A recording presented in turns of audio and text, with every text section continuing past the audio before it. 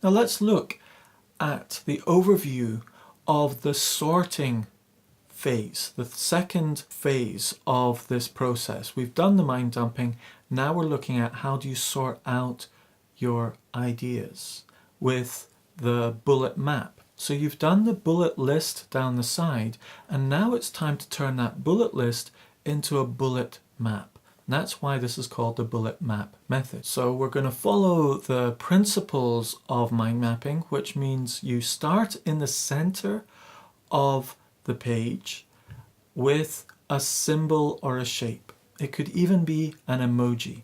I often start with a heart or a square or a cloud or smiley face, something like that. Then we think about the main branches. With mind mapping, what you're doing is you're creating this kind of tree of knowledge where you've got this central image and then branches coming off it and words on top of the branches, single words on top of the branches, and you start structuring your information here.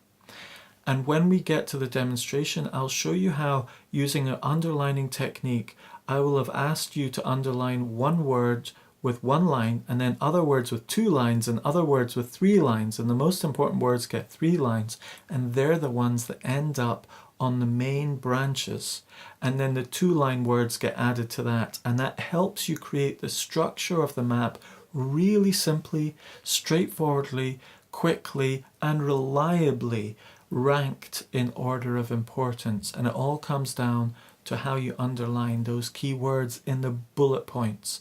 And that's why this bullet point method is really helpful to create a bullet map. Once you've created those branches with those key words, we color in each branch a different color. And it's worth taking the minute or two that it takes to color in these branches for a couple of reasons. One, it gives you time to just ponder and process. And two, there's something about the colors that chunk the information into 4 or 5 or 6 main chunks, and it gives your brain some peace knowing that there's only really 6 main things to think about rather than lots or 50 or 60 different keywords or something like that. And at this stage, once you've done the coloring in, I will ask you to add any new information that comes to mind. So imagine you've cleared out the swirling air and clouds of paper and thoughts that have been going on in your mind. You've got them down, you've sorted them, and then you ask yourself, is there anything else? And often that's the moment you have a breakthrough, because you've got a clear mind and you find those things that are lurking in the back of your mind that are really quite important, and you add them into the relevant branches and structure of your map. And that's often where you get the moment of breakthrough and leads you to the next section, which is the focus.